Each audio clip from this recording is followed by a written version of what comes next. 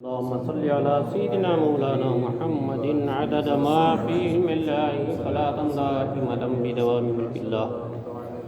أعوذ بالله من الشيطان الرجيم. بسم الله الرحمن الرحيم. فإن زللتم من بعد ما جاءتكم البينات فاعلموا أن الله عزيز حكيم. کل یہ بات گزری تھی، کچھ حضرات جو ایمان لائے تھے مگر اس سے پہلے یہودیت پر تھے، اور یہودی مذہب میں اونٹ کا گوشت اور چربی کھانا، دودھ پینا اونٹ کا، یہ حرام تھا، اور ہماری شریعت میں یہ چیزیں جائز ہوئی، لیکن کھانا واجب نہیں قرار دیا گیا. تو وہ حضرات اپنے طور پر یہ سوچے، کیا یوں کہیے کہ شیطان نے ان کے دلوں میں وسوسہ شبہ ڈالا کہ اسلام میں کھانا ضروری تو ہے نہیں، مگر ہم نہیں کھاتے تو موسیٰ علیہ السلام کی شریعت پر بھی عمل ہو رہا ہے، اس شریعت پر بھی عمل ہو رہا ہے. یہ ایک وسوسہ تھا، اس لیے وہ لوگ نہیں کھاتے تھے. تو ان کو اللہ نے تاکیداً فرمایا کہ اسلام میں پورے طور پر داخل ہو جاؤ، یعنی اب پچھلے خیالات کو نہ پالو، جو ہے اسلام میں اس کو مکمل طور پر کھل کے اپناؤ. پچھلی کسی شریعت کا تم کو اب خیال نہیں کرنا، اب خیال صرف اس شریعت کا کرنا ہے. اب اس کے بعد اللہ فرما رہا ہے، اور اس کے بعد، اور اگر اس کے بعد بھی بچلو کہ تمہارے پاس روشن حکم آ چکے. یہ بچلو کا لفظ اعلیٰ حضرت سرکار کا تمہیں امتیاز ہے نا. یہ بچلو کا مطلب بیچ بیچ کا راستہ ڈھونڈنا، کیا ہے کہ پہلی شریعت پر بھی عمل ہو جائے، اس پر بھی عمل ہو جائے. آج کل اسی کو جو ہے نا، اسی کا دوسرا نیا روپ، یعنی نیا ورژن یہ آ گیا ہے کہ آپ بھی خوش آپ بھی خوش، سمجھ گئے؟ اسی کو صلح کلیت کا نام دیا جاتا ہے. اللہ تعالیٰ اس سے سختی کے ساتھ منع فرما رہا ہے، اور اگر اس کے بعد بھی بچلو کہ تمہارے پاس روشن حکم آ چکے تو جان لو کہ اللہ زبردست حکمت والا ہے. تم یہ بیچ کا راستہ چن کے اللہ کو یا اللہ کے عذاب کو تھکا نہیں سکتے. وہ اپنی حکمت کے ذریعہ تمہاری اس منافقت کو کھول کے رکھ دے گا. اور اگر اس کے بعد بھی تم بچلو، یعنی ادھر بھی دونوں طرف بیچ کا راستہ بولتے ہیں، بیچ کا راستہ نکال لیں. یہ زیادہ تر جو ہے نا، یہ جو کیا بولتے ہیں اس کو، سیاسی گلیاروں کے لوگ یہ راستے اپناتے ہیں، یعنی سب کو خوش کر کے چلنے والی بات. یہ اسلام میں نہیں ہوتا. اسلام کا نام ہے کس کا؟ درنگی چھوڑ دے یک رنگ ہو جا، سراسر موم بن یا سنگ ہو جا. یا تو پتھر بن جاؤ یا موم بن جاؤ. ایسا نہیں ہو سکتا کہ یہ بھی اور وہ بھی، سانپ بھی خوش مینڈک بھی خوش، ایسا نہیں چل سکتا. یہاں پہ یک رنگ ہو جانا ہے. جس کو برا لگتا ہو لگے، جس کو بھلا لگتا ہو لگے. ہمیں کسی سے مطلب نہیں، ہم کو اپنے اللہ رسول کو خوش کرنا ہے. اس نیت سے کیے جاؤ، اپنے عقائد مضبوطی کے ساتھ تھامے رہو اور اس پر عمل کیے جاؤ. یہ ہے بالکل، اس میں نرمی والا کوئی معاملہ ہی نہیں ہے. هل ينظرون الا ان ياتيهم الله في ظلل من الغمام والملائكه وقضي الامر والى الله ترجع الامور. کتنی سخت بات اللہ نے فرمائی. کاہے کے انتظار میں ہیں بچلنے والے. واضح دلیلوں کے باوجود اسلام کی روش میں شک اور شبہ اسی پہ لیتے ہیں کچھ وہ علماء. جیسے کچھ احکام جو علماء مجتہدین کے درمیان جن چیزوں میں اختلافات ہیں، ٹھیک ہے، وہ مجتہد ہیں، اپنے اجتہاد کے بل پر دلیل شرعی کی بنیاد پر اختلاف کر سکتے ہیں. آج کے کچھ نو سکھیے مفتی بن گئے ہیں، ان کو اجتہاد کی ہوا تک نہیں لگی، پورے اسلام کے اصول نہیں یاد ہیں اور مفتی بنے ہیں. اب تو یہ ہے کہ کچھ جگہوں پہ ایسے آ گیا کہ آپ کچھ بھی پڑھ کے آئے، مفتی صاحب، ہاں قبول ہے، آپ مفتی صاحب ہیں، پگڑی لمبی ہے، جبہ عمدہ ہے، مفتی صاحب ہیں، ہو گئے. ایسے لوگ جو ہے نا، کہیں اعلیٰ حضرت سرکار کی تحقیقات میں ان کی کتابوں میں نکالتے ہیں. نہیں، وہ کوئی تحقیق سے بالا تر تھوڑی ہے، وہ ان کی تحقیق تھی، ہم اپنے طور پر تحقیق کر سکتے ہیں. ناگپور میں کچھ حضرت لوگوں نے ابھی ٹرین کے اوپر نماز پڑھنے کے جواز کے فتوے کے تحت یہ مین میک نکالا تھا نا. یہ بچلنے والی بات ہے. یہ سوچتے ہیں وہاں بھی خوش ہو جائے تھوڑا سا، چونکہ وہاں بھی لوگ جائز سمجھتے ہیں ٹرین پہ نماز پڑھنا. اعلیٰ حضرت سرکار نے سختی کے ساتھ منع فرمایا. تو ان کو خوش کرنے کے لیے یہ لوگ بیچ کا راستہ. اور پھر یہ دیکھیے انہوں نے ان کو فون کیا, انہوں نے لکھا 2-4 ایسا کر دیے. اب اس کے بعد کہتے ہیں یہ اختلافی مسئلہ ہو گیا. کیا ابھی تصویر اور ویڈیوگرافی وغیرہ کے اوپر بھی کیا ہے, ابتدا میں سارے علماء حرام کہے. کب حرام کہے؟ جب یہ تصویر کا رواج ہوا ہے نا. اب جب سب اس وقت جو علماء تھے ان کا اجماع ہو چکا نا کہ سب نے حرام کا فتویٰ دے دیا. اب اجماع ہو گیا تو اجماع کا خرق کرنا, اجماع کو توڑنا یہ گمراہی ہے. بے شک. اس وقت کے تمام علماء نے, جس وقت یہ تصویر اور فوٹو رائج ہوا ہے نا, سب علماء نے کہہ دیا کہ یہ وہی تصویر ہے, سرکار نے جس کی حرمت کا بیان فرمایا اس کے اوپر وہی حکم لاگو ہوتا ہے, تو حرام کہہ دیا. اب بھائی لوگوں نے اس میں سے تراش خراش نکالنا شروع کیا. وہ والی نہیں ہے, وہ تو چھپی والی کو بولتے ہیں, یہ چھپی نہیں رہتی, یہ تو ریز میں رہتی ہیں ہے نا. یہ برقی شعاؤں کے ذریعہ دیکھتے وقت صرف دکھتی ہے, باقی چھپی نہیں رہتی. یہ وہ تمام طرح کے. اب یہ کرتے کرتے کرتے اب چھوٹے والے یہ ایک بہانہ پا لیے. اب کیا کہتے ہیں, یہ اختلافی مسئلہ ہے. کیا بولتے ہیں, کئی جگہ بولتے ہیں نا یہ اختلافی مسئلہ. کاہے کا اختلاف, کس نے اختلاف کیا؟ جب ایک چیز پر اجماع ہو چکا, اب اس پہ کوئی اختلاف کریں, اس کا اختلاف مانا جائے گا کیا؟ یعنی تم سے پہلے جو بزرگ علماء کرام تھے وہ تمہارے حساب سے کم علم والے تھے, ان سے سیکھ کے تم عالم بنے. ان کا علم کم تھا, تمہارا زیادہ ہو گیا. جبکہ اسلام میں یہ ایک اصول ہے, اپنے محسن کا احسان نہیں بھلایا جائے گا. جیسے صحابہ کرام سے عام لوگوں نے دین لیا تو ہم صحابہ سے اوپر کبھی نہیں پہنچ سکتے, ان کے نیچے ہی رہے ہے نا. اور پھر ان سے تابعین کرام سے جن لوگوں نے دین لیا وہ تابعین کے درجے کو نہیں پہنچ سکتے. یہ ایسا چلا آ رہا ہے. اور تمام اعمال میں, افعال میں, علم میں چلو سب برابر بھی ہو گئے, پھر بھی ان کا یہ رتبہ تو کم سے کم بڑا رہے گا کہ وہ تم سے اوپر رہے. ان سے تم کو دین حاصل ہوا ہے, اتنا تو رہے گا. یہ اسلام میں احسان فرماشی کا ایک راستہ ہے, قبیل ہے. اسی لیے کہتے ہیں بزرگوں کا, بڑوں کا ادب کرو. اب بڑوں کے سر پہ چڑھ کے موتنے لگے تو یہ کون سا ادب ہو گیا؟ اب کیا ہے, اعلیٰ حضرت سرکار کی کتابیں پڑھ کے عام ہندوستان کے اردو فارسی دا طبقہ جو بھی اپنے آپ کو عالم کہتا ہے, وہ خالی سنی نہیں, دیوبندی تک میں اعلیٰ حضرت کو پڑھے بغیر عالم ہوتا ہی نہیں. آج اعلیٰ حضرت سرکار کی کتابوں کے بغیر کوئی مفتی نہیں بنتا. ان سے سیکھ کر کے ہم مفتی بنے اور انہی کے اختلاف مسائل میں بولے. یہ تھوڑا سا ایسا ہے اختلاف اختراع نکال. یہ اللہ تعالیٰ نے ایسے لوگوں کے لیے فرمایا, هل ينظرون الا يأتيهم الله في ظلل من الغمام والملائكة وقضي الامر والى الله ترجع الامور. کاہے کے انتظار میں ہے ایسے بچلنے والے, بیچنے والے, کیا مگر یہی کہ اللہ لائے ان کے اوپر چھائے ہوئے بادلوں کی طرح عذاب. اس کا انتظار کر رہے ہیں, چھائے ہوئے بادلوں کی طرح عذاب آئے اور فرشتے عذاب لے لے کر کے اترے, اس کے انتظار میں. اور یہ ہو رہا ہے. وہ بادل کوئی ضروری نہیں ہواؤں والا کالا دھواں دکھنے والا, دھواں جیسے دکھنے والا بادل ہو. یہ عذاب کا, حکومت کا, سیاست کا بھی بادل ہو سکتا ہے. یہ اللہ ہی لا رہا ہے. ہماری قوم آوارہ ہو گئی ہے اپنے بزرگوں کے اوپر انگلیاں اٹھانا, جن سے ہم نے دین سیکھا انہیں کے اوپر اعتراض کرنا. ہم ہندوستان والے عام طور پر مانتے ہیں نا کہ غریب نواز سرکار کی محنت ہے یہاں کے اسلام پھیلنے میں, اور ایسی بزرگان دین کی محنت ہے. آج کچھ لوگ ایسے ناہنجار پیدا ہو گئے جو بزرگوں کو برا کہے بغیر ان کی محفلیں پوری نہیں ہوتی. ان کا بیٹھنا تب تک کامیاب نہیں ہوتا جب تک کہ وہ بزرگوں کو برا نہ کہہ لے. ہوتا ہے. اب یہ دیکھو آج ہمیں سنی عالموں میں جو بھی عالم ہے, جو بھی مدرسہ ہے, یہ زیادہ تر اعلیٰ حضرت سرکار کے فیضان کرم سے مالا مال ہے. انہی سے سیکھے, انہی کے فیض سے. اب انہی کی تحقیقات میں بولے وہ اب رہتے تو وہ بھی یہی کہتے, ارے تم غیب کا علم کہاں سے پا لیے بھائی, ہے نا. وہ بھی ان کو خوش کرنے کے لیے جو تمہارے رسول کے لیے غیب ماننے کو تیار نہیں, یہ خود غیب کا دعویٰ دار ہو جاتے ہیں. اعلیٰ حضرت رہتے نا تو ابھی یہ کہہ دیتے. وہ منع من جہت العباد تھا, اس لیے اعلیٰ حضرت نے منع فرمایا تھا.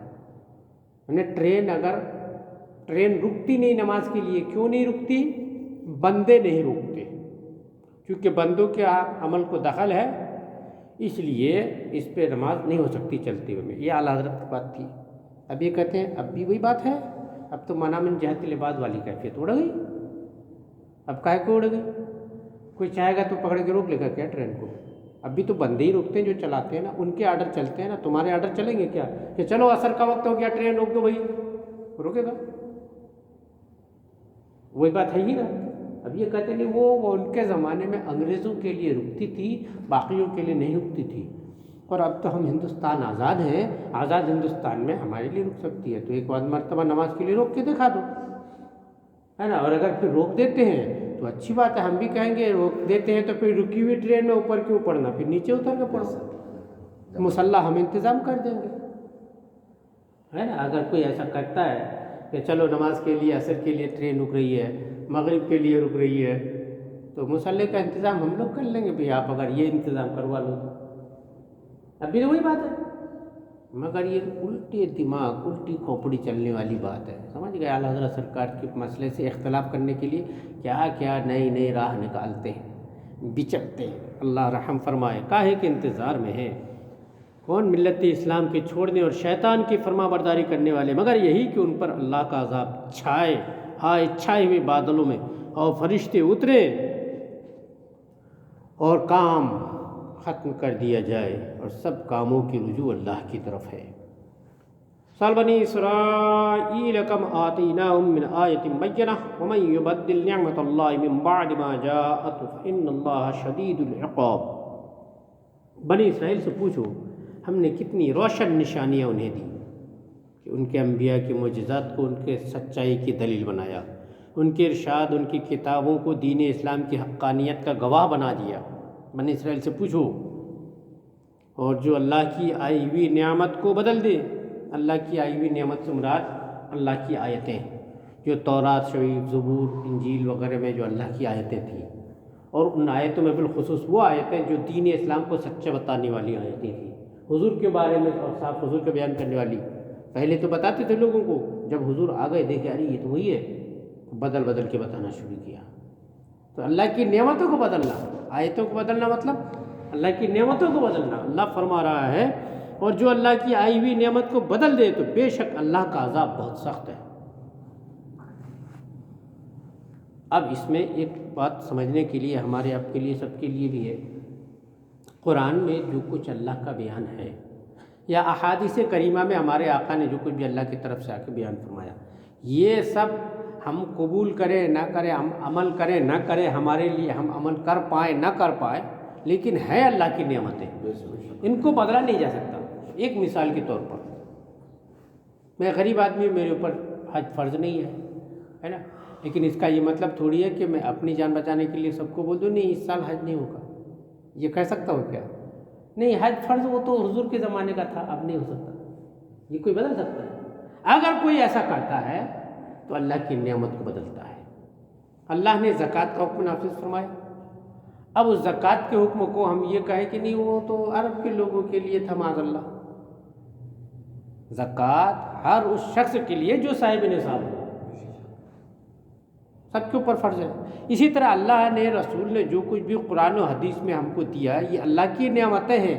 ہم آج عمل نہیں کر پا رہے، ہو سکتا ہے کہ کل اس نعمت سے فائدہ اٹھائیں، ہے نا. نہیں تو اگلے زمانے میں جب کوئی آئے گا ان نعمتوں سے فائدہ اٹھائے گا. اسی لیے قرآن پاک کو اللہ تبارک و تعالیٰ نے ایسا محفوظ رکھا ہے کہ اس میں سے بہت سارے اسرار و رموز وہ ہیں جو صحابہ سے اب تک لوگوں کو سمجھ میں نہیں آئے، لیکن ہے وہ مقصد کے تحت، اس کو باقی رکھا گیا حفاظت سے. جب وقت آئے گا اس نعمت کو کھل کے لوگ جانیں گے. جیسے میں نے ابھی ایک مرتبہ بتایا تھا کہ ایٹم بم کا تذکرہ، اس کا اشارہ قرآن میں موجود ہے. اس وقت کے لوگ نہیں سمجھ سکتے تھے یہ ایٹم بم کیا ہے. اب ایٹم بم بن گیا تب لوگوں نے قرآن میں غور کیا، ارے باپ رے، مطلب پہلے سے بھی لکھا ہوا ہے، گول گول دائرے میں چلنے والی آگ. یہ کیا ہے؟ ایٹم بم کو جب گرایا گیا تو گول گول آگ نکل رہی تھی، دائرے میں چل رہی تھی. اس کی جو تعریف کی گئی ہے ختم آگ کا ستون اٹھے گا. ایٹم بم گرتا ہے تو اٹھتا ہے آگ کا ستون، کھمبا اٹھتا ہے آگ کا، دلوں تک چڑھ جانے والی آگ. ایٹم بم جہاں گرا زمانوں تک آڑے ٹیڑھے بچے پیدا ہو رہے ہیں، ایسی گیسیں ریلیز ہوتی ہیں. تو قرآن میں اس کا بیان پہلے سے موجود ہے، مگر اس زمانے میں لوگ جان ہی نہیں سکتے تھے چونکہ کسی نے جانا نہیں تھا. ایٹم کے بارے میں سوچا نہیں تھا کسی نے کہ ایٹم بم بھی ہو سکتا ہے، سمجھ گئے. مگر نعمت کو باقی رکھا نا. اگر وہ بدل دیے ہوتے چلو یار یہ ہے نہیں اس کو الگ کر دیتے ہیں تو سمجھ پاتے کیا ہے اس میں. تو اللہ نے جو کچھ بھی دیا کسی بھی کتاب میں نازل فرمائی وہ سب اللہ کی نعمتیں ہیں، چاہے وہ کتاب کے ذریعے دے چاہے رسول کے ذریعے دے، وہ نعمتیں ہیں. ان نعمتوں کو اگر کوئی بدلتا ہے تو اللہ کا عذاب بہت سخت ہے اس کے لیے. زُيِّنَ لِلَّذِينَ كَفَرُوا الْحَيَاةُ الدُّنْيَا وَيَسْخَرُونَ مِنَ الَّذِينَ آمَنُوا وَالَّذِينَ اتَّقَوْا فَوْقَهُمْ يَوْمَ الْقِيَامَةِ وَاللَّهُ يَرْزُقُ مَن يَشَاءُ بِغَيْرِ حِسَابٍ. کافروں کی نگاہ میں دنیا کی زندگی آراستہ کی گئی. ہاں وہ اسی کی قدر کرتے ہیں. کافروں کی نگاہ میں دنیا کی زندگی کو آراستہ کر دیا گیا ہے کیونکہ اس کو آخرت سے مطلب ہی نہیں ہے، وہ مانتا ہی نہیں. اس لیے وہ ساری محنت اور ساری کوشش ان کی لگی رہتی ہے دنیا کی زندگی سنوارنے میں، اسی میں لگے رہتے ہیں، سمجھ گئے، اور اسی پر مرتے مٹتے ہیں. اس سے ایک بات اور سمجھ میں آ رہی ہے، دنیا کی زندگی سنوارا کس کے لیے گیا؟ اللہ نے کیا فرمایا؟ کافروں کے لیے. اب اگر کوئی مسلمان بھی خالی دنیا سنوارنے کے پیچھے بھاگتا ہے تو سمجھو کہ یہ بھی کفر کی خصلت پہ چل رہا ہے. چاہے وہ کھل کے کافر نہیں ہو رہا ہے لیکن آخرت کو بھلا کے اگر صرف دنیا کے پیچھے بھاگتا ہے، دنیا سنوارنے کے پیچھے رکھتا ہے تو یہ بات تو آ جاتی ہے کہ وہ کافر کی خصلت پہ چل رہا ہے. مومن کی یہ خصلت نہیں ہے کہ وہ صرف دنیا سنوارے. مومن کی خصلت ہے کہ دنیا کو تو ایک سفر کا مسافر خانہ سمجھے، اصل مقصد تو ہمارا آخرت ہے نا. اسی لیے جب مقصد ہمارا وہاں ہے تو وہاں کا کام ہمارے لیے اصلی کام ہوا، اور یہاں کا کام تو ایسا کسی طرح کام نکل جائے ایسا نا. مگر ہم میں سے بہت سے لوگوں کو دیکھتے ہیں کہ دنیا ہی کو مقصد بنا کے بیٹھ گئے نہیں. یہاں تک کہ میں اپنا تجربہ بتا رہا ہوں کہ ایک جگہ بات چیت طے ہو رہی تھی شادی بیاہ وغیرہ کی. حالانکہ شادی بیاہ کی بات چیت طے کرنے کے لیے 150 لوگوں کی ضرورت نہیں ہوتی، وہ بھی ہماری خرافات میں سے. آج کل ہم لوگ 150 لوگ لے کے جاتے ہیں جو منگنی کرتے ہیں. اب وہ باتوں میں بات آ گئی تو موت اور قبر اور قیامت کا ذکر چھڑ گیا. اب اپنے پاس جو ہے وہی نا برتن میں جو ہے وہ نکلے گا نا. آپ نے ہم کو جھکایا، ہمارے اندر جو تھا وہ نکلا. باپ جی بولے منگنی میں ہے نا پر یہاں سب ذکر نہیں کرتے. مطلب ہماری غلطی پکڑ لی انہوں نے. شادی بیاہ کی خوشی کی محفل میں ہے، یہاں پہ آپ موت اور قبر کا ذکر کر رہے ہیں، غلط ہے. ہماری غلطی پکڑ لی جائے. حالانکہ مومن دنیا میں جو جی رہا ہے یہاں کے جتنے بھی کام ہیں یہ صرف ایک سفر کی حیثیت سے اپنانے کا کام ہے. اصل مقصد تو ہماری آخرت ہے. تو آخرت کو بھول کے ہم کہیں نہیں جا سکتے. اگر بھول گئے تو ہم نے سمجھ لینا چاہیے کہ ہم کافروں کی خصلت اپنا چکے. آخرت کو بھول کے کافر چلتا ہے، مومن تو ہمیشہ اپنی موت کو یاد رکھ کے چلتا ہے. اسی لیے ہمارے بزرگ فرماتے ہیں رات کو سونے سے پہلے وصیت نامہ تکیہ کے نیچے رکھ کے سو. ہمارے بزرگ لکھا کرتے تھے، وصیت نامہ لکھ کے تکیہ کے نیچے رکھ کے سوتے تھے. اس امید پر سوتے تھے کہ اب میں سو تو رہا ہوں، صبح اٹھوں نہ اٹھوں تو وصیت تو باقی رہے کم سے کم، ہے نا. ہم لوگ لکھتے ہیں کیا؟ کیوں؟ ہم کو تو ابھی لگا ہے نا کہ 100 سال جئیں گے، اس کے بعد مرنے کے بعد سوچیں گے. حالانکہ آپ کے سوچنے نہیں سوچنے کوئی فرق نہیں پڑتا. جب اس کو کرنا ہوگا کر دے گا کام. جب اس کا ٹائم پورا آ جائے گا آپ کا نا وہ آپ کو پتہ ہی نہیں چلے گا، پھر مہلت بھی نہیں مل سکے گی. کافروں کو نگاہ میں دنیا کی زندگی آراستہ کی گئی، وہ اسی کے پیچھے بھاگتے ہیں اور وہ مسلمانوں سے ہنستے ہیں. سامان دنیا سے مسلمانوں کی بے رغبتی دیکھ کر مسلمانوں کا مذاق اڑایا کرتے ہیں. جیسے کہ حضرت عبداللہ بن مسعود، عمار بن یاسر، صہیب رومی، بلال حبشی رضی اللہ تعالیٰ عنہ کو دیکھ کر کافر مذاق اڑایا کرتے تھے کہ دیکھو یہ ہیں اللہ والے، کہتے ہیں ان کو دنیا چاہیے نہیں، خالی بدن گھوم رہے، بدن میں کپڑے نہیں ہے، پیٹ میں کھانا نہیں ہے، اللہ والے ہیں. اس طرح سے مذاق اڑایا کرتے تھے.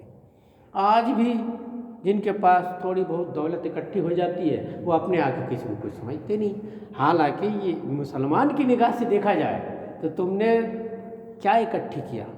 بہت سارا سونا کھا سکتے ہو کیا؟ قبر میں لے کے جا سکتے؟ کس کام کا ہو تمہاری؟ بہت ساری زمینیں اکٹھی کر لی، کتنی بڑی قبر بنواؤ گے؟ 5 ایکڑ میں آپ کی قبر بنے گی اسی 5 فٹ میں نا. تو کیا کرو گے؟ 50 ایکڑ زمین اکٹھی کر لی، 500 ایکڑ اکٹھی کر لی، تو 5 ایکڑ میں تو زمین بنے قبر بنے گی نہیں. تو آپ کی کس کام کی؟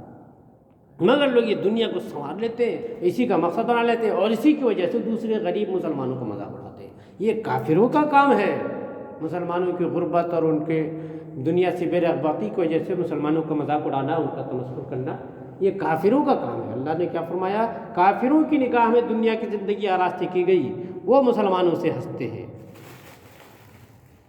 اور سنو، ایمان والے جو ہیں نا، ڈر والے، ان کے بارے میں اللہ فرماتا ہے وَالَّذِينَ اتَّقَوْا فَوْقَهُمْ يَوْمَ الْقِيَامَةِ، اور ڈر والے ان سے اوپر ہوں گے قیامت کے دن، یعنی ایماندار قیامت کے دن اللہ کی بارگاہ میں قرب خاص میں ہوں گے، اور مغرور جہنم میں داخل کیے جائیں گے اوندے منہ، ہے نا؟ تو دنیا پہ جو اتراتے ہیں نا، ان کو اوندے منہ جہنم میں پھینک دیا جائے گا اٹھا کے۔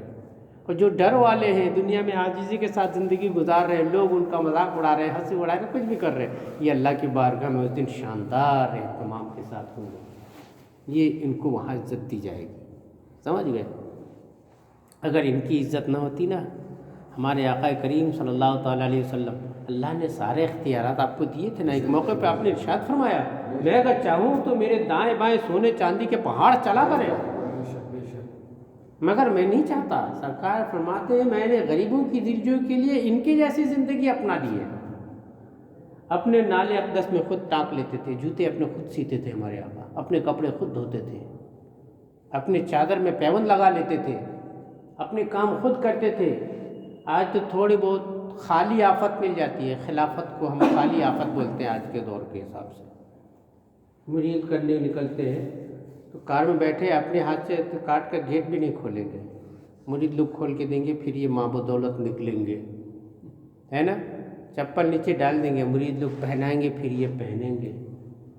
پیر ہونے کا یہ مطلب نہیں ہے کہ لوگوں کو اپنا بندہ بنا ڈالو، پیر ہونے کا مطلب یہ ہے کہ آپ نے مصطفیٰ کریم کی نیابت میں یہ عہدہ سنبھالا ہے کہ آپ امت کو خدمت کر کے جنت میں لے جائیں گے، نہ یہ کہ لوگوں کا خدمت مخدوم بن جائیں گے۔ اب آج یہی ہو رہا ہے، سمجھ گئے؟ کیسے ان کی زندگی کرتی ہے، اپنا ایک کام اپنے ہاتھ سے نہیں کرنا، ان کو سارے کام دوسروں سے کروانا، سمجھ گئے؟ سارے کام دوسروں سے کرواتے ہیں، یہ اپنے آپ کو سمجھتے ہیں یہ بھی وہی راستہ ہے۔ اور یہ بیچارے کرتے کون ہیں؟ وہی غریب لوگ، عاجزی اپنانے والے، یہ وہی کرتے ہیں۔ اور یہ وہ ہیں جو اللہ کی بارگاہ میں اونچے مرتبے میں ہوں گے۔ معلوم ہے پیر صاحب نیچے گھوم رہے ہیں، کیسا بچوں کیسا بچوں، اور مرید معلوم اللہ کے دربار میں قرب خاص میں پہنچ گیا۔ شرم نہیں لگے گی اس وقت، ہے نا؟ اس وقت کہو گے اے میاں دنیا میں نذرانہ دے دے کر کے کھلایا تھا، آج دعا کر کے بچا لیں، آپ ایسا بولیں گے کیا؟ اس لیے مسلمان کی سوچ یہ ہونی چاہیے۔ اللہ اللہ اللہ فرما رہا ہے ڈر والے ان سے اوپر ہوں گے قیامت کے دن۔ تقوی اختیار کرنے کا حکم ہے، تقوی اختیار کرو، دنیا کی زندگی جتنے سستے میں نکلے نکال لو اس کو، ہے نا؟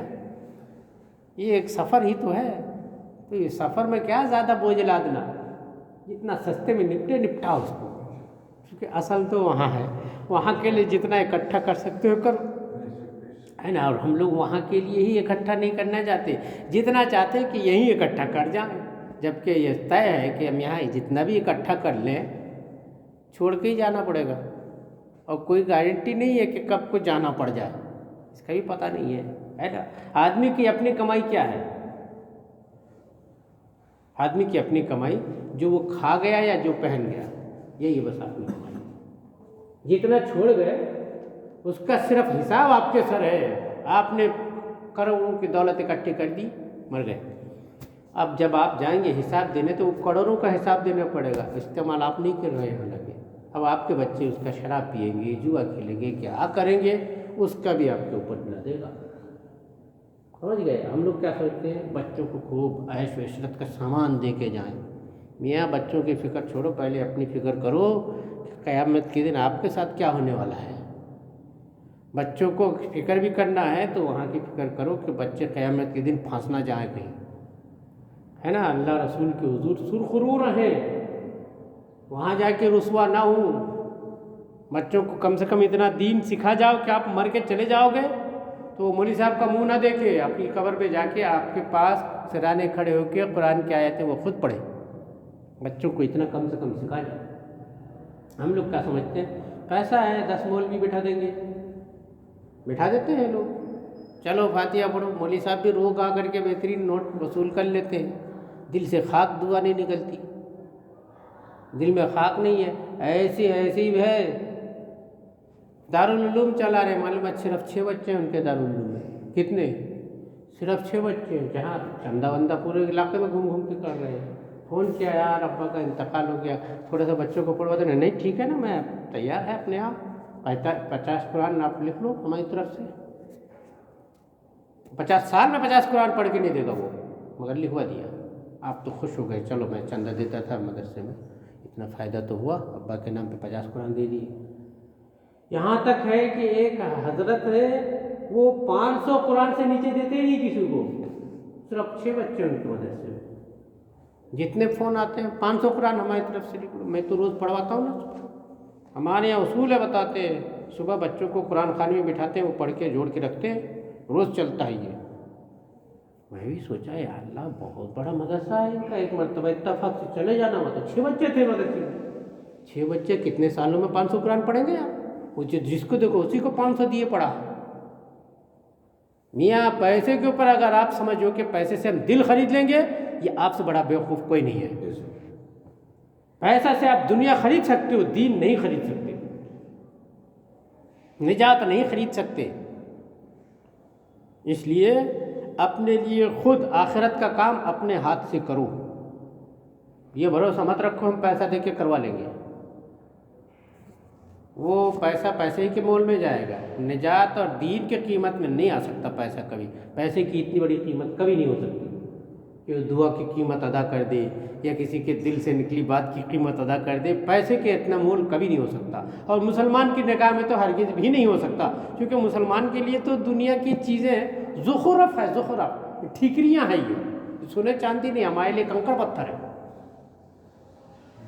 کنکر پتھر کو نیک دعاؤں کا بدلہ تھوڑی بنا سکتے، مگر ہم دنیا میں آ کے ایسا بھول گئے، یہ کافروں کی سوچ ہے، ان کے لیے دنیا سنواری گئی ہے، مومن کے لیے تھوڑی ہے۔ والذین تقوا فوقہم یوم القیامہ، اور ڈر والے ان سے اوپر ہوں گے قیامت کے دن، یعنی جو دولت وغیرہ سے مغرور، کفر کی طرف سے خمار میں مخمور لوگ ہیں، یہ جو مسلمان غریبوں کو ان کے غربت کی وجہ سے ایسا کرتے ہیں نا، تانا دیتے ہیں، وہی غریب وہی مفلس قیامت کے دن اوپر ہوں گے، سمجھ گئے؟ میں الہ آباد سے بیٹھ کر جبل پور کے لیے ٹرین پہ، تو اب اس میں کیا ہے کہ کئی لوگوں کو خواہ کے ہر جگہ بحث چھیڑنے کی عادت ہوتی ہے، اب ہم لوگوں کو دیکھا تو وہاں ایک بہت لمبی چوڑی پلٹن بیٹھی تھی، ایک پنڈت جی بولے ہاں یار ملا جی کہاں جا رہا ہو؟ جبل پور جا رہا ہوں، ہم بھی جبل پور ہی جائیں گے، ٹھیک ہے کیا کرتے ہو وہاں؟ تو میں نے کہا جبل پور سے منڈلا ایک جگہ ہے وہاں پہ مسجد میں امام ہوں، اب جو اپنا تھا بتایا، کتنے پیمنٹ دیتے ہیں؟ نہ دیتے ہیں۔ ان لوگوں میں ایک کام تو ہے، پھر اپنے دوستوں سے مصروف ہو کر کے وہ اپنا چپا شروع کیا، جو زور زور سے شور مچانا شروع کیا، اب سب ہنس رہے ہیں میرے اوپر، میں چپ چاپ بیٹھا کیا کر سکتا ہوں؟ ان کی پوچھ پہ آ لیا، وہ آپس میں بات کر رہے ہیں، جب ہم سے بات ہی نہیں کر رہے تو ہم کیا بات کریں؟ سنانا شروع کیا، بولے 10 بچے کر لیتے ہیں، نہ پڑھائی لکھائی صحیح، نہ کھانا خوراک صحیح دے پاتے، نہ ان کو رہنے سے ٹھکانا، تو کبھی اس مسجد کبھی وہ مسجد پہ گھومتے ہیں، اور ایسا لوگوں کو بھڑکاتے ہیں، جیسے تیسے بس پیٹ بھر کھانے کو مل جائے، بڑے کا گوشت مل جائے، بس مست ہو جاتے ہیں اسی میں۔ مسلمانوں کا حال یہ ہے ہمارے دیش میں، غریبی یہ وہ تمام شروع کیا۔ ایک سردار ایک طرف کو لیٹا تھا، سردار بھی ان کی نیند خراب ہو رہی تھی، برداشت سے باہر ہوا اس کے، وہ اترا، بولے یہ سب تم ہی کو کہہ رہے بتاؤ کیا ہے؟ میں نے کہا ہم سے نہیں پوچھ رہے، وہ آپس میں بات کر رہے ہیں، وہ ہم سے بات کریں گے تو بتاؤں گا، ہاں تمہیں سے پوچھ رہا ہو نا تو بتاؤ نا۔ میں نے کہا سنو، تم جتنی کمی بتائے نا اتنی ہی نہیں، اور بھی کچھ ہے، میں بھی بتاتا ہوں تم کو۔ میں نے کہا دیکھو ہم لوگ اسکول نہیں جاتے، نہیں پڑھے لکھے ہوتے ہیں، ٹھیک ہے، 10 بھائی بہن ہوتے ہیں ہم لوگ، یہ بھی ٹھیک ہے، گورنمنٹ ہم کو نوکریوں میں حصہ نہیں دیتی، یہ بھی ٹھیک ہے، سیاست ہمارے ہاتھ میں کچھ بھی نہیں ہے، یہ بھی ٹھیک ہے، ہم کو لون بھی جلدی سے فائننس نہیں ہوتا، یہ بھی ٹھیک ہے، اور ان سب کے باوجود کسی ایک مسلمان کو کٹورا لے کے مندر کے سامنے کھڑا نہیں دکھا پاؤ گے، اور تم مسجد آ جانا، میں 50 ہندو دکھاؤں گا جو مسجد میں بھیک مانگتے ہیں کٹورا لے کے، تم میرے پاس آنا میں دکھاؤں گا، کیوں؟ دنیا ہمارا مقصد ہی نہیں ہے، ہم تو یہاں سفر کے جیسے سفر کر رہے ہیں جس طرح کٹ جائے۔ تم نے مقصد بنایا ہے، تم اس کے لیے جی رہے، ہم اس کے لیے نہیں جی رہے، ہم تو اللہ کے لیے جی رہے ہیں۔ وہ سردار جو اوپر بیٹھا تھا وہ نیچے اتر گیا، مان لیا گرو کہتا ہے۔ اسی کو کہتے ہیں 100 سونار کی 1 لوہار کی۔ سردار نیچے اتر گیا، تو یہ بات ہے کہ نہیں؟ کانگریس کے زمانے سے ہم کو مسلمانوں کو ہر طرح سے نیچا کیا گیا۔ ہماری جو بڑی بڑی فیکٹریاں کارخانے تھے اس پہ تالے لگائے گئے، ان پر ٹیکس بڑھایا گیا۔ سیاست میں ہمارا کوئی حصہ نہیں ہے، نوکری میں ہم کو حصہ نہیں مل پاتا ہے، ہم پرسنٹیج کے حساب سے نوکری میں حصہ مل رہا ہے؟ نہیں مل رہا ہے۔ نہ ہمارے پاس کوئی بڑی تجارت ہے، اور اس کے باوجود پیدائش اللہ کے کرم سے مسلمانوں کی زیادہ ہے، چلو جیسا بھی ہے، حالانکہ اتنی زیادہ بھی نہیں جتنے یہ بتاتے ہیں، چلو جیسا بھی ہے، پھر بھی مسلمان کافروں کے پاس بھیک مانگنے کبھی نہیں پہنچتا، اور یہ گلی محلے میں پہنچ جاتے ہیں۔ ابھی 2-4-6 سال سے یہ سوشل میڈیا کا دور ہوا، آپ دیکھتے ہوں گے رمضان میں کفار ٹوپی اور جبہ پہن کر کے بھیک مانگنے نکلتے ہیں، ٹوپی لگا کے، داڑھی بڑھا کے۔ مسلمان کبھی نہیں نکلے ان کی بھیک مانگنے۔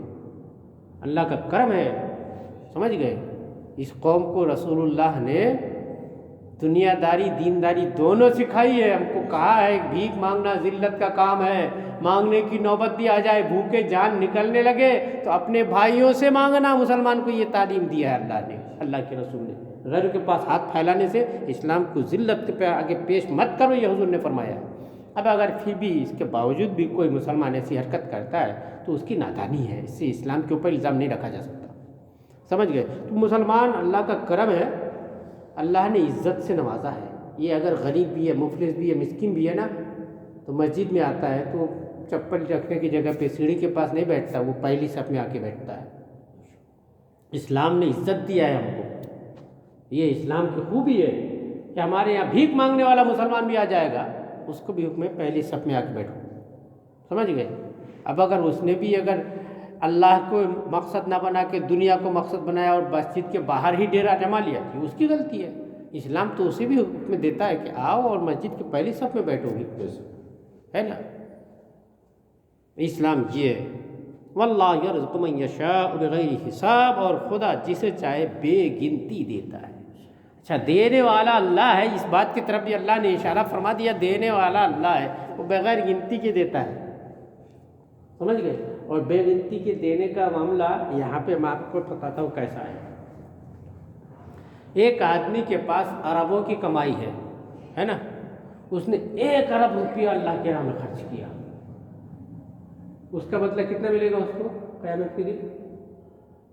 1 ارب کا ثواب ملے گا نا اس کو، 10 ارب کا ثواب ملے گا۔ چلو اللہ پاک بکل حسنۃ عشرۃ امثالھا، ہر نیکی کے لیے 10 گنا کر دیتا ہے، تو 10 ارب کا ثواب دے گا۔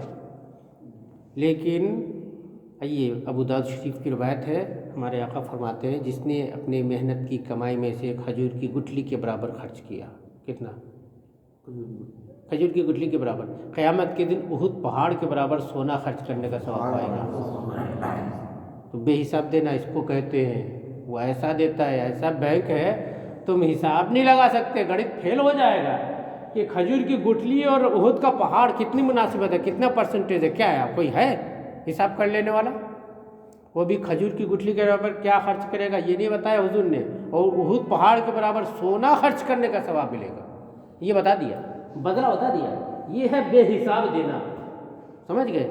ہم نے 2 لمحوں میں 2 رکعت نماز فجر کی پڑھی، ہمارے رسول فرماتے ہیں جبریل امین کی 2 کروڑ سال کی عبادت سے زیادہ قیمتی ہے، سبحان اللہ، سمجھ گئے؟ جس فجر کو آسانی کے ساتھ سو کے ہم گزار لیتے ہیں، اس فجر کی فضیلت میں آئی ہے، وہ بھی فجر کی سنت کا ثواب ہے۔ یہ فجر کی 2 رکعت سنت جو ہم پڑھ لیں، یہ 2 لمحوں میں پڑھ لیتے ہیں نا، 5 منٹ میں، 5 منٹ میں یہ پڑھی گئی ہے فجر کی سنت نماز، جبریل امین کی 2 کروڑ سال کی عبادت سے زیادہ قیمتی ہے اللہ کی بارگاہ میں۔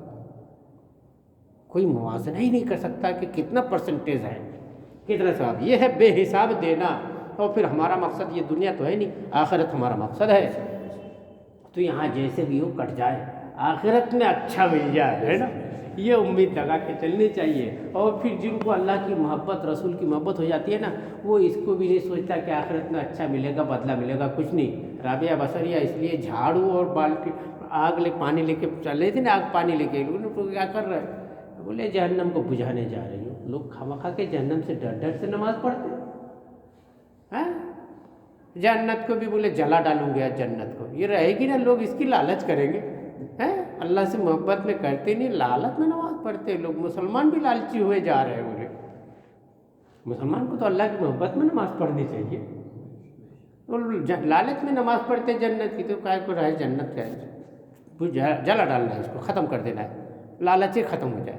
حالانکہ یہ ایک سمجھانا تھا ان کا، یہ ہم کو اصل راستہ دکھانا تھا کہ نہ ہم جہنم کی ڈر، یہ نہ جنت کی خواہش، کچھ نہیں. ہم کو تو اللہ کی محبت میں کیے جانا ہے. واقعی میں جو اللہ والے ہوتے ہیں نا، وہ بھول جاتے ہیں اس کا بدلہ کیا ملے گا، اس کا ثواب کیا ہوگا، اس پر عذاب کیا ہوگا، وہ بھول جاتے ہیں. بس وہ تو چاہتے ہیں کہ میں جو کچھ کر لوں میرا رب خوش ہو جائے. وہ بس اللہ کی رضا چاہنے کے لیے کرتے ہیں.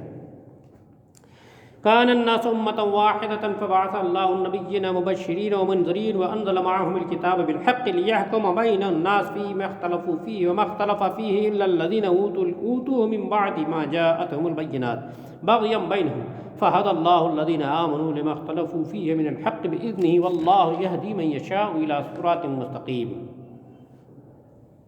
بات لمبی ہو جائے گی، ترجمہ پڑھ دیتا ہوں. لوگ ایک ہی دین پر تھے. حضرت آدم علیہ السلام سے لے کر کے نوح علیہ السلام تک ایک ہی دین تھا. پھر اللہ نے انبیاء بھیجے خوشخبری دیتے. چونکہ لوگوں میں اختلافات ہوئے تو ان اختلافات کا فیصلہ کرنے کے لیے انبیاء کرام آئے، شرعی احکام بدل کے آئے، کتابیں آئیں اور ان کتابوں کے ذریعے فیصلے کیے گئے.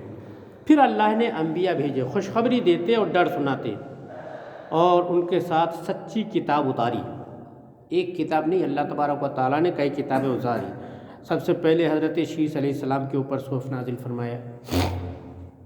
نوح علیہ السلام کو 4 صحیفے اللہ تبارک و تعالیٰ نے عطا فرمائے، ہے نا. ابراہیم علیہ الصلوۃ والتسلیم کو 110 صحیفے، ہے نا. اس طرح سے انبیاء کرام کے پاس صحف نازل فرماتے رہا پروردگار عالم.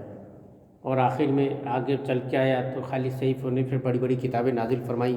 ان میں سب سے پہلے آئی تورات شریف موسیٰ علیہ السلام کے پاس، پھر حضرت داؤد کے اوپر زبور، ہے نا. حضرت عیسیٰ کے لیے پھر انجیل آئی، پھر ہمارے آقا صلی اللہ تعالیٰ علیہ وسلم آئے، دین مکمل ہوا اور قرآن پاک نازل ہوا. قرآن نازل ہوا، پورا دین مکمل کر دیا گیا. اس میں رد و بدل، پھیر بدل کی کوئی گنجائش نہیں، ایک دم طے کر کے اللہ تبارک و تعالیٰ نے قرآن نازل فرمایا. یہ اللہ فرما رہا ہے وَأَنزَلَ مَعَهُمُ الْكِتَابَ بِالْحَقِّ، اور ان کے ساتھ سچی کتاب اتاری کہ وہ لوگوں میں ان کے اختلافوں کا فیصلہ کر دے. اور کتاب میں اختلاف انہی نے ڈالا جن کو دی گئی تھی. توریت کے احکام کو بدلنے کی فکر میں وہی پڑے جن کو توریت ملی. انجیل کے احکام کے بارے میں آگے پیچھے وہی ہوئے جو انجیل دیے گئے تھے. زبور شریف کے احکام کے بارے میں اونچ نیچ کے شکار وہ ہوئے جن کو زبور شریف دی گئی تھی. وہ اپنی کتابوں میں پھیر بدل، رد و بدل، چونکہ اپنی خواہشوں کے پیچھے چلے اور اپنی خواہشوں کے حساب سے کتاب الہی کو بھی ڈالنے کی کوشش کی تو اس میں پھیر بدل کرنے لگے. بعد اس کے کہ ان کے پاس روشن حکم آ چکے تھے، آپس کی سرکشی کی وجہ سے انہوں نے یہ اختلافات کیے. یہ جو اختلافات ان کے درمیان ہوئے آپسی سرکشی کی وجہ سے، تو اللہ نے ایمان والوں کو وہ حق بات سجھا دی جس میں جھگڑ رہے تھے اپنے حکم سے. یعنی اب قرآن پاک نازل فرما دیا، حق بات سجھا دی، وہ حق بات جس میں جھگڑ رہے تھے، اور اللہ جسے چاہے سیدھی راہ چلائے. اہل ایمان کو، انہیں مسلمانوں کو اللہ تبارک و تعالیٰ نے وہ حق بات سجھا دی اور ہم کو یہ طے کر دیا کہ کتاب ہمارے پاس تو محفوظ نہیں ہے، ہم نہیں حفاظت کر سکتے. اللہ تعالیٰ نے خود ہی اس کی حفاظت کی ذمہ داری لے لی اور ہم کو حق بات سجانے کی بات میں یہ بات بھی آئی ہے کہ اللہ تبارک و تعالیٰ نے پچھلے انبیاء کرام کے پاس بھی دل دماغ دونوں چیزیں دی تھی. پچھلے انبیاء کے امتوں کو بھی دل دماغ دیے تھے. ہم کو اللہ تبارک و تعالیٰ نے حضور کے صدقے میں ضمیر نام کی ایک چیز دیا ہے، جس کو آج سائنس والے چھٹے حص بولتے ہیں. ضمیر ایک چیز دیا ہے. ہم کوئی بھی غلط کام کرنے جاتے ہیں نا، کچھ بھی غلط کرنے جاتے ہیں تو ایک مرتبہ ہمارے اندر سے ایک بات ٹوکی جاتی ہے کہ یہ غلط ہے. سمجھ گئے؟ یہ جو ضمیر ہے، یہ حق بات سجھایا ہے اللہ تبارک و تعالیٰ نے. یہ ہمارے اندر ایک مانیٹر رکھ دیا ہے، یہ خود بھی مانیٹر کرتا رہتا ہے. یہ اشارہ دیتا ہے یہ غلط ہے، یہ صحیح ہے، یہ کرنا چاہیے، نہیں کرنا چاہیے. پھر ہم اپنی مصلحتوں، اپنی عادتوں، اپنی فطرتوں کے حساب سے عدل بدل کرتے رہتے ہیں. وہ ہمارا عمل ہے، اس کا حساب لے گا وہ. یہ ایک مرتبہ ٹوکتا ضرور ہے. اگر ہم غلط کام کرتے ہیں نا تو یہ ایک مرتبہ ٹوکتا ہے، پھر غلط کرتے ہیں تو وہ ٹوکنا چھوڑ دیتا ہے کہ یہ غلط مانے گا نہیں، چل ایک مرتبہ بول دیا، جیسے ہم لوگ بھی بولتے ہیں نا، اس کو سمجھا دیا یار مانتا نہیں، تو یہ بھی چھوڑ دیتا ہے سمجھانا، پھر سمجھ گئے۔ اگر اس کو طاقتور بنا لیا آپ نے تو آپ کو یہ ولایت کے راستے پہ لے جائے گا، اور اس کو ہر بار اس کی بات ٹھکراتے ٹھکراتے یہ بیچارہ کمزور ہو جاتا ہے، تو پھر یہ سو جاتا ہے، یہ چھوڑ دیتا ہے، اس کو بولتے ہیں مردہ ضمیر ہو گیا، یہ بولتے نہیں یہ ضمیر مردہ ہو گیا، اس کا بات سمجھ نہیں آتی، اصل میں وہ ہم خود مار ڈالتے ہیں اس کو، اتنے تکلیف پہنچاتے کوئی بات مانتے نہیں اس کی، وہ چھوڑ دیتا ہے ٹوکنا ٹاکنا، وہ سمجھ لیتا ہے کہ یہ ماننے والا تو ہے ہی نہیں، کیا فائدہ، ٹوکنا ہی چھوڑ دیتا ہے۔ یہ اللہ فرما رہا ہے کہ ہم نے مسلمانوں ایمان والوں کو حق بات سجھا دی، وہ سجھانے والا یہ ہمارے اندر سے ہم کو آواز دیتا ہے، سجھاتا رہتا ہے، اور ہم نہیں مانتے، اور واقعی میں جو مان لیتے ہیں وہ اہل حق ہو جاتے ہیں، کیونکہ حق بات سجھاتا ہے۔ اسی کو حدیث میں ایک جگہ کہا گیا ہے، استفتی بقلبک سلیم ولو افتاک المفتون، کیا اپنے سچے دل سے بھی فتویٰ لیا کرو، چاہے مفتی تم کو کچھ بھی فتویٰ دے دے، سمجھ گئے۔ ایک صاحب نے، مفتی کیا کرے گا، آپ جو حالات بتاؤ گے اس کے ساتھ حکم بتائے گا۔ اب آپ کے پاس حالات کچھ ہیں، آپ نے کسی کو زیر کرنے چپ کرنے کے لیے حالات کچھ بتائے مفتی کو، تو جو حالات آپ نے بتائے وہ مفتی نے اس کا جواب بتا دیا، اب آپ اس جواب کو لا کے اس کے اوپر پٹک رہے ہو۔ اب مفتی فتویٰ جو ہے نا، فتویٰ شریعت کے جاننے یا حاصل کرنے کا ذریعہ نہیں رہا، اب تو فتویٰ بھالا بن گیا ہے، لیے دیے بھالا، دوسروں کو مارنے کا ذریعہ بن گیا ہے فتویٰ، بھالے کے طور پر استعمال کرتے ہیں، لائے اور دیے پٹک کے، حالانکہ آپ بھالا لاؤ پٹکو سب کچھ، آپ کا دل ایک مرتبہ ٹوکتا ضرور ہے کہ تم نے جو سوال کیا تھا کیا وہ صحیح ہے، یہ ضمیر کہے گا نا، ایک مرتبہ ٹوکا زمین نے، آپ نے مانا نہیں، چپ رہا، میں اپنا کام کروں گا، میں تو یہ کر کے رہوں گا، تو وہ بھی ٹوکنا چھوڑ دیتا ہے۔ مگر حضور نے فرمایا چھوڑے نہ چھوڑے، تمہارا کام کیا ہے، مفتی تم کو کچھ بھی فتویٰ دے دے، راستہ نکال لے، مگر پھر بھی اپنے دل سے پوچھو کیا واقعی میں صحیح میں ایسا ہے، تمہارا دل تم کو بتائے گا کہ صحیح ہے کہ غلط ہے۔ ضمیر جو ہے نا انسان کو صحیح راستے کی رہنمائی کرتا ہے، چونکہ وہ اللہ کی جانب سے ہے ہمارے لیے۔ اچھا یہ ضمیر جو ہے نا خالی مسلمان کو نہیں، کافروں کو بھی ہے، ان کے پاس بھی ضمیر ہے، ان کا ضمیر بھی ٹوکتا ہے، غلط کام کے لیے ٹوکتا ہے، اور اسی کی بنیاد پر کئی دفعہ بولتے ہیں نا، وہ مرتے ہوئے پر رحم آ جاتا ہے، تکلیف میں پڑا، روڈ میں ایکسیڈنٹ میں آدمی پڑا تڑپ رہا ہے، تو کافی لوگ بھی ہاتھ بٹاتے ہیں، اٹھاتے ہیں، لے جاتے ہیں، یہ کیا وہ ضمیر اس کو کہتا ہے کہ نہیں یہ مسلمان نہیں اور کافر، اس سے مطلب نہیں، انسان ہے، اس کی مدد کرنی چاہیے، قابل رحم ہے، یہ کہتے ہیں نا، دوسرے لوگ بھی کرتے ہیں، اپنا بھی ضمیر کہتا ہے، یہ ضمیر کا فعل ہوتا ہے، وہ انسان کو کہتا ہے، اب انسان اس پہ کرے تو اس کی بات ہے، نہیں کرے تو الگ بات ہے۔ اللہ نے اس امت کو اس فضل سے نوازا ہے۔